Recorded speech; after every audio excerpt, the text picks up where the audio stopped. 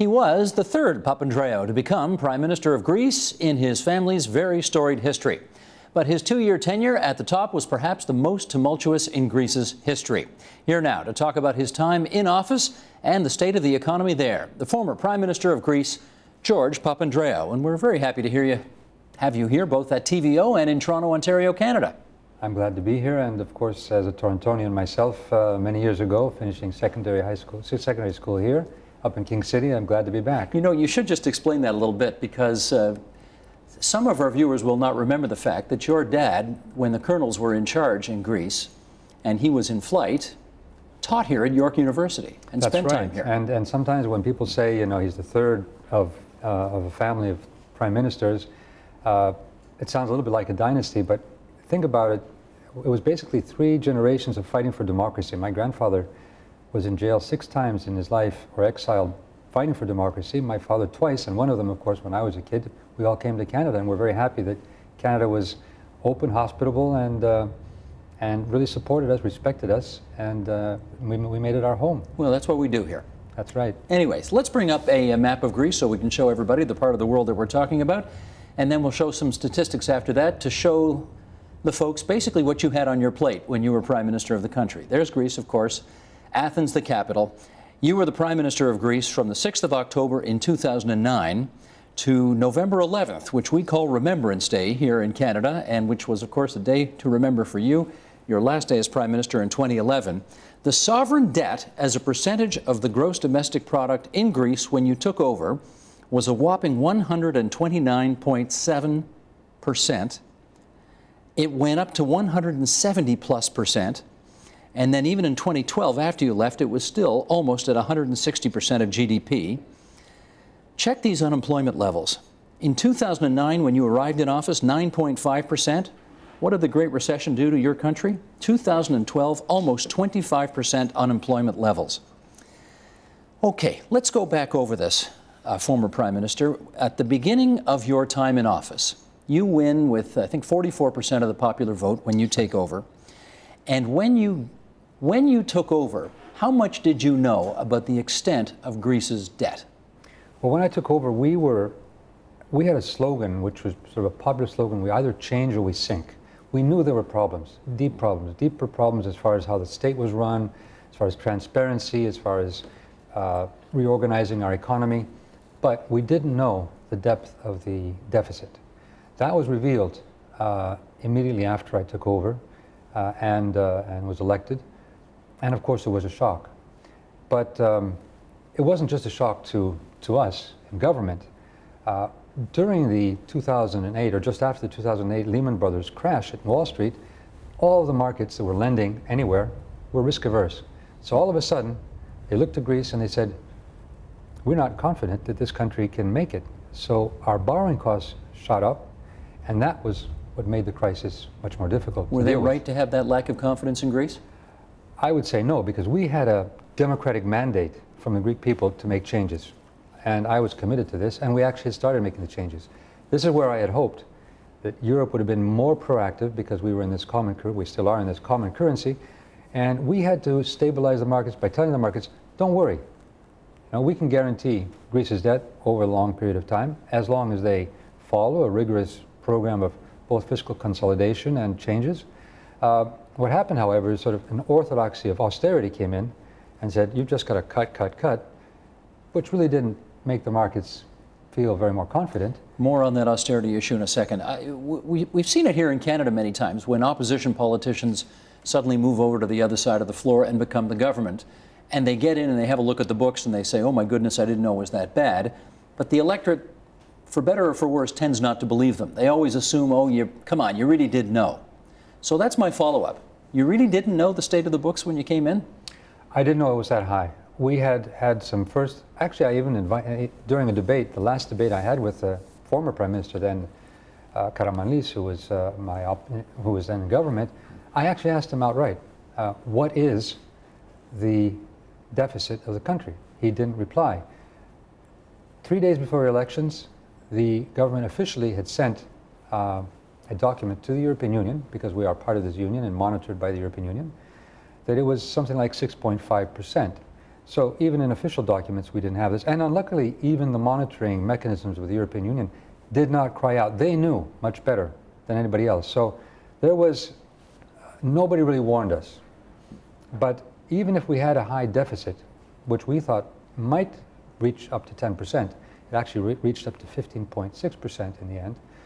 We thought that this could be handled over the years with very good policies of both growth, but also fiscal consolidation, cutting down waste in certain areas, and reorganizing the state. But as I said, the markets were very, very risk averse. Well, let's get your sense of that. Why do you think the path that you laid out to get towards more fiscal sanity and a better control of things, in your view, why didn't it happen? Well, I think as I said, we had three deficits in Greece. Three deficits. One was the budget deficit.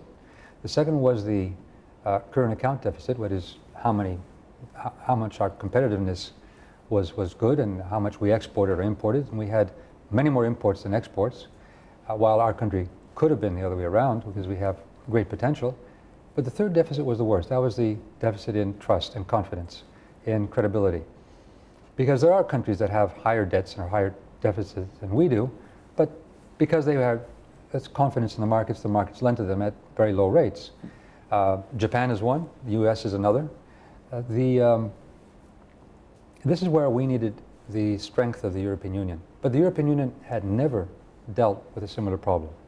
It hadn't dealt with the fact that we are in a common currency, and we could all borrow in basically a foreign currency to all of us because we didn't really control our currency, but that we had to borrow on the markets, and they then priced in differences so that our currency our borrowing costs started diverging. So you ended up where a German company would be borrowing, let's say, with 2% interest rate, and a Greek company with 10% interest rate. That's not sustainable. So the markets just saw that sooner or later we wouldn't be able to make it. This is where we needed concerted action. We actually did get some concerted action from the European Union, lending us so that we could pay off our debts, but that wasn't enough because we had to create deeper confidence. And I think the initial reaction of the European Union was, this is a Greek problem. Now, they were profligate and so on. Well, actually, it wasn't just a Greek problem. Obviously, it was a Greek problem also, but the problem was a wider problem of a construction we had created in Europe, very important for bringing our European different countries together into this peace project, but it wasn't a complete project. The unintended consequences were you all were using the same currency, and then but we were diverging in other areas. Yes, in indeed. Competitiveness, in balance of payments, and then the markets saw this, and they went haywire. You lost the levers of monetary policy which might have helped you at a certain point in this, presumably, yes? Yes. Now, if we had in hindsight, if you like, we could have said, well, maybe we should have made this project, this European currency, taken it more slowly. Maybe Greece should have come in at a later stage when we were more competitive and reorganized our state in a better way. But then once we were in, it was very, very difficult, and I would say even catastrophic to leave. And that's why we had to take a very difficult path of doing what we call an internal devaluation, so cutting wages, cutting pensions, opening up the labor market in a way which have hurt a lot our economy, and doing it very quickly. We have to do that sooner or later, but the speed of cutting was imposed on us in many ways, which then created a deeper recession, and it became somewhat of a vicious circle. Well, that's what I wanted to get at. Did you feel in Greece that you were making those decisions to try to get back to daylight, or was it more a sense of the outside world is imposing this on all us and we don't really have an option here? Well, I think it was both. We obviously had to consolidate, but I had always said, okay, if Greece doesn't have the means to stimulate its economy because we have to consolidate, as a European Union, as a federation, we're not a federation, but let's think of it as more of a federal kind of government, whether it's in the US or in Canada, we can invest to help stimulate the wider economy of Europe. Invest in infrastructure, invest in education, invest in research. However, that was not what happened. And therefore we simply got into austerity, which has, I think, created deep problems, deep social problems and economic problems for many parts of Europe right now. And this is not just a Greek problem, it became a problem of contagion. And I think what other thing is I'm not just talking about growth, but also what we needed in Greece. The deficit was, as I have said and a number of times, and I said at the very beginning when I became Prime Minister, I said the deficit is a symptom of deeper problems in our society or in our economy or in the running of our state. So if we were wasting money, if we weren't putting our money into competitive businesses, if we weren't putting our money into the necessary infrastructure, if we had lack of transparency, if we have a tax system which wasn't working very well, yeah, that's the problem that really brought the deficit around. So cutting the deficit alone is dealing with a symptom. Now, you might die of the symptoms also, but basically we needed to get down to the real causes, the root causes, and that's where we needed time. We didn't have the time, so we ended up dealing only with the symptoms. I think we now need a grand bargain in Europe, not only for Greece, but for the other countries also that are in these adjustment programs, where we say, let's give these countries time, let's support these countries. They are making reforms and changes. They will be better economies, and that will help deal with these long-term issues of deficits and debts. Mr. Papandreou, I want to play a clip now of a guy you know well. This is Yanis Varoufakis, who was in that chair not too long ago, actually, I think it was a little over a year ago, I think. Economist from Greece, a guy you worked with in the past when you were in your opposition days together. And this clip's about a minute long. You can look at it on the monitor over my shoulder. You call a referendum back in November of 2011 on the issue of whether to stay in the euro, whether your approach is going to be the approach that Greece is going to take. Some said it was a very gutsy call. Some said it was a very reckless call. In the end, the referendum never happened, and you ended up resigning. Here's what Varoufakis had to say about your exit from politics. Roll tape. George Papandreou's particular mindset requires an analysis at different levels. At the conscious level, I think what happened was after the 26th October Brussels agreement of the European Union, he returned to Athens thinking or hoping that he would be welcomed as a savior. He wasn't, even by his own members of parliament. He had a wafer-thin majority in parliament of 3, and the news came in through his whips that he was losing it.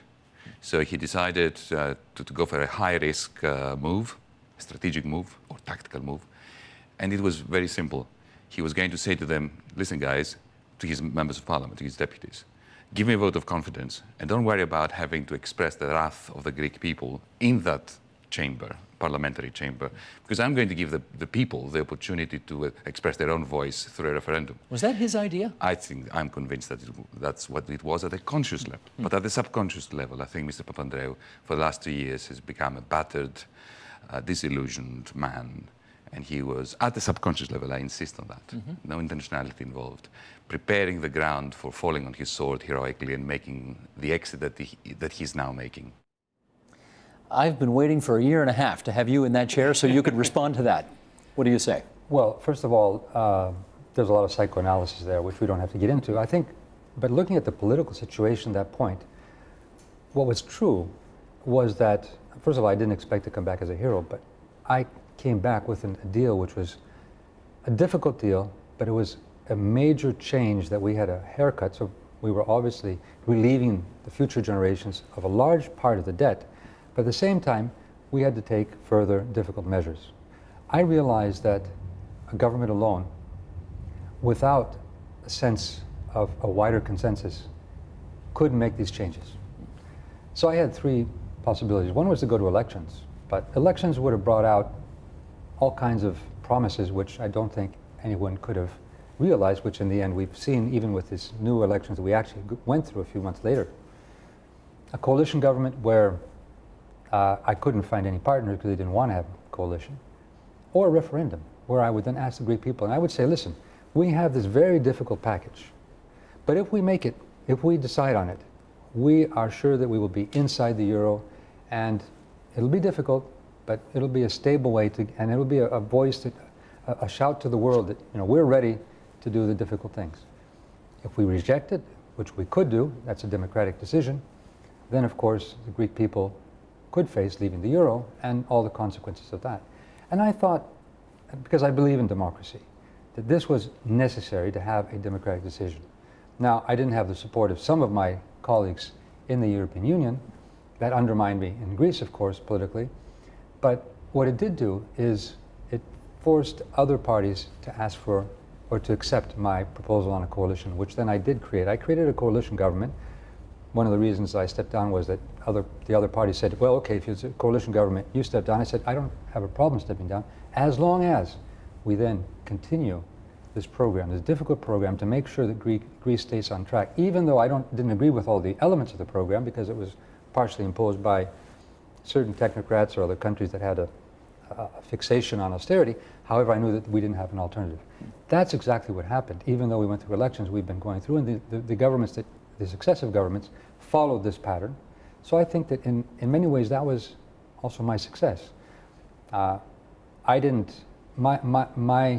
getting into politics was not to necessarily be in a position of power, was to help my country. And I felt that that was the best way to help my country at that point. 3 days after that interview with Varoufakis, you ended up stepping down. And I wonder, as you look back on that time a year and a half later, is there anything you would have done differently so that things might have turned out differently?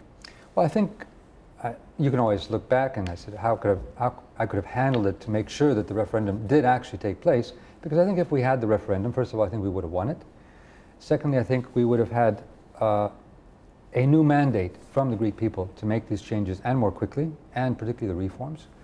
We would have basically been able to say to all these extreme groups that, you know, the Greek people have decided so that they weren't representative, their extreme views were not representative of what the Greek people wanted. And I think we would have also been able to show the world very quickly that, yes, we are determined to move forward. Instead, we had a whole year of electioneering, which put us quite back and cost the Greek people a lot of money. And we now have a parliament with quite a few extreme groups, which is disheartening. I knew that would have happened. That's why I had hoped that we would have had a referendum. And I even told my then opposition leader and former classmate Andoni Samaras that if he pushed for elections, it would be a parliament which would be very splintered. But I'm glad that we've been able to have a coalition government which has been able to move forward the necessary reforms and changes. Can we talk about you for a bit now? Be glad to. There may be some people saying, how is this former Prime Minister of Greece speaking English so well with no accent at all? So let's get into that. Where are you born? I was born in St. Paul, Minnesota. That's from my mother by my father. She's a Chicago girl. She's now living in Greece, of course. Where'd you grow up? I grew up outside of San Francisco, Berkeley, California. My father was head of the economics department. And when did you make it to Toronto? And Toronto, first time I came to Toronto, I must have been around 17 years old and finished secondary school in King City. And then went back and forth from Amherst College, where I was studying, to Toronto every year, over the summers working in the gas stations, construction, cutting trees. So at some point you had to learn Greek. That's right. When I was 6 years old, I went to Greece, and my Greek was a bit shaky. I had learned some from my grandmother who lived with us. But yes, I had to learn Greek at 6 years old. This is part of what Greek diaspora has been over the many, many generations and centuries. I'm presuming, but I'm not sure. Given that your grandfather was a prime minister and your father was the prime minister, it must have occurred to you at some point in your life growing up that this may be a job for me too, did it? Actually, I was, because some people would say this, sort of goad me on and say, you've got to get into politics. I said, no, I don't want to do this. And as a matter of fact, I often would say, because getting into politics was, in many ways also, people were sort of saying, well, if you get into politics, you'll be able to do all these favors and so on. I said, I don't want to do that. I mean, I don't want to get into this sort of normal, or what do we call it, sort of conventional politics.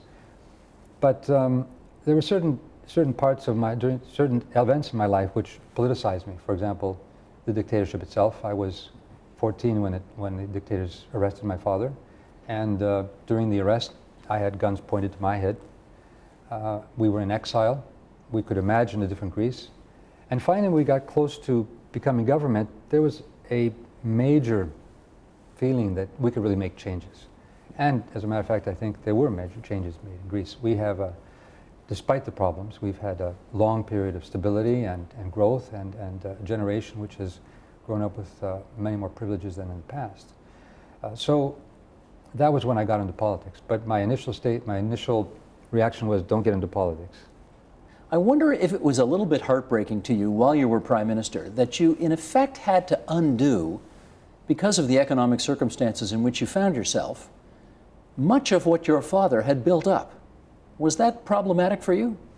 Well, obviously, the cuts were painful to those that I had to, that hit them, but they were very painful for me too, because I felt that we needed more time to reform our state and make it more equitable.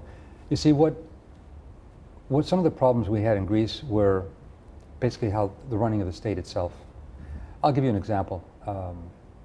I felt that the state was non-transparent and was beholden very much to special interests. So let's say in the health sector, we had exorbitant costs, medical prescriptions where we had collusion between the big pharmaceutical companies and a number of doctors, and they would prescribe treatments which cost the pension system too much. So I decided, for example, let's make them all e-prescriptions, all electronically. Huge resistance. Doctors are saying that, you know, we don't even know how to use computers. I said, well, any doctor that doesn't know how to use a computer simply won't have a contract with the government. That's hardball. In 2 weeks, 95% of the doctors signed up and they learned computers. And we cut the cost by 30%. So that's why I was saying we needed to reform the state, but we didn't have the time. Those are changes that take time. That was a quicker one, but if you talk about the tax system, if you talk about reforming the whole pension system, if you're talking about the whole state, it takes years. We didn't have that time, so in order to be able to deal with the deficit, I had to take measures that really hurt people that were not to blame. And those measures involved, in some respects, repudiating what your father had put in. Was that hard on you personally? Some of it, yes. Some of it, yes, and that was very painful. We've talked about the next question I'm going to ask you many times on this program, and well, let's try this again. You had success getting doctors to sign on for computers and 95% buy-in on e-health. On the other hand, I'm not sure you managed to get Greeks to pay their taxes in higher numbers than before you got there. Greeks, rightly or wrongly, are perceived around the world as just abhorring paying taxes. Why is that? Well, I think that, first of all, there is a wrong perception, because we actually have been able to deal with a lot of tax evasion, so that we've been making progress. Now, of course, in the times of austerity, at times when taxes are being raised and where wages are being cut, it makes it much more difficult to make reforms. And that, I think, is where there's a trade-off. That's where we should have said more on the reforms, less on the cuts. So there is a natural resistance to say, well, you know, if I'm getting my wage cut, or I'm getting I'm paying more taxes, I'm going to find ways to survive by evading. However, we've changed the laws. We opened up bank accounts. We've had people have made stricter laws. People have gone to jail because of tax evasion. We even used, Google Earth to look at swimming pools to tax them because they weren't being reported. So wealth was property taxes.